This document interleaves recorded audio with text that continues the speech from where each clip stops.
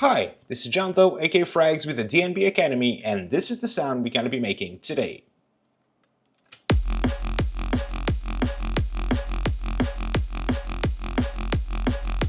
So yeah, for all those hardcore drum and bass ads, just follow along this tutorial and make sure you get your mid-range basses pumping in no time. Let's go.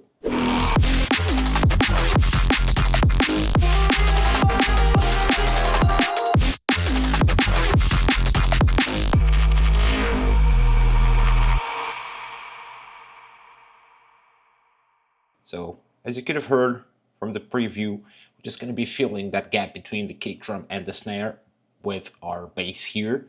And it's a classic technique of this genre. So yeah, let's get into that. First thing, we're going to go into our first oscillator and set this to a sine wave and bring it 3 octaves lower, and also random phase down to 0. Here we're going to choose phase distortion, and we're going to set it to be even though we still don't have anything there, and that's exactly what we're going to take care of just right now. And now we're going to go into our digitals and select ethers. It's a really cool wavetable. Might have seen me using it a lot. So yeah, bringing down the random phase as well, level down to 0, and get the wavetable position to sit somewhere around like 18, 20. And at this point, this is what we have. It's just pretty much a sub. And then we need to start shaping this up, assigning the proper phase distortion to our oscillator A. So yeah, let's get into that. First thing, we're going to use our envelope 1 to control the shape, right? So we get the attack to around like 228, something like this, should do the trick. Bring this down here. Get the sustain all the way down to negative, like infinite-ish. And like we can even draw it by hand. Having something like this should do the trick.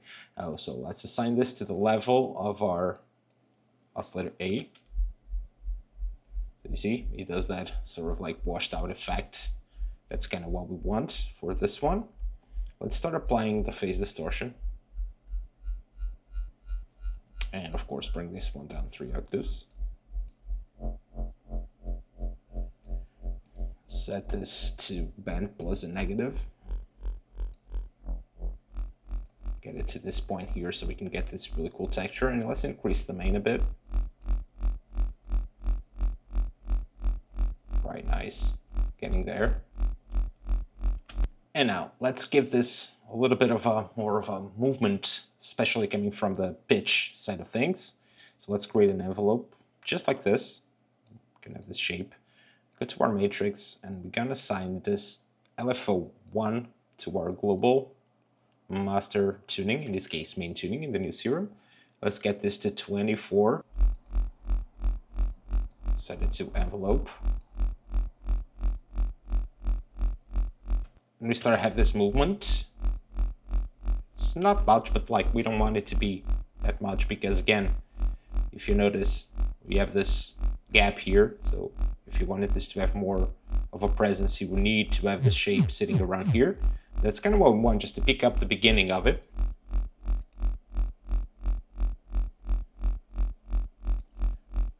And then the second LFO, we're gonna set a shape just like this, make it envelope again. And here, this one, we're gonna control the level of this one. So it gets more audible on the mix.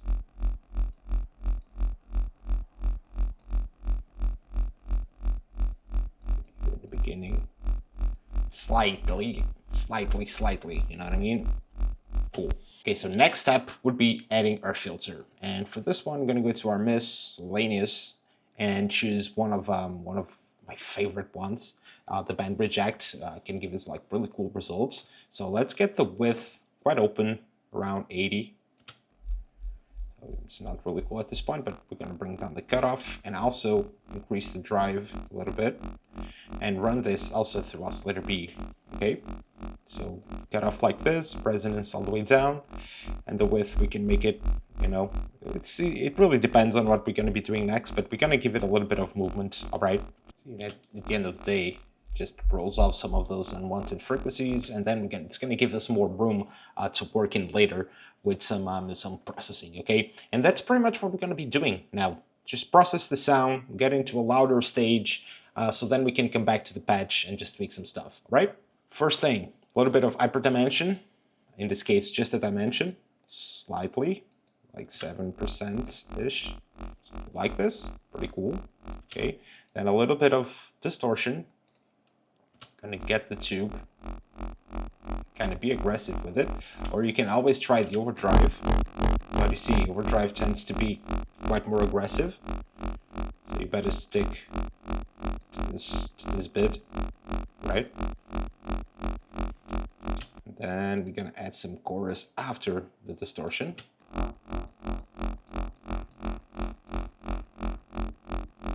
Enrich our stereo fields a little bit. Cool. Now we can add a little bit of compression, multiband mode. Start boosting these frequencies out. First the low end, which we're gonna take care in a minute. Then our mids and tops. Okay, because then it's just a matter of like adjusting our attack. See what I mean? It's important for it to stay in a specific spot, depending on your tune. Okay, so that's kind of the spot we want it to be at, right? So let's flip this back to our patch and did just small adjustments here and there. One of them is just like you can add sub, all right, coming straight out of Serum like this. So it will fulfill that lower bit of our sound, which can be beneficial in some spots. But yeah, just to wrap it up, we're gonna EQ this a little bit. As you can see, we can, still do some stuff like take care of our mid-range here. Bring it down a bit more.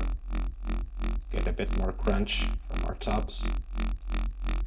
The sub is quite loud. We have pretty much all it takes. We can do just like add some noise if you want to, like some more stereo-ish noise, like runs through the distortion, adds this cool curve. Then you have room for automation here. You know what I mean? So we kind of have everything we need for this to work, and like you can make this just a little bit wider by adding 2 voices, or actually like 3. Bringing down the detune, playing around with the phase. See, like sweet spot here. So yeah, let's just make the test that you heard on the preview. Pretty sure it's gonna sound really nice.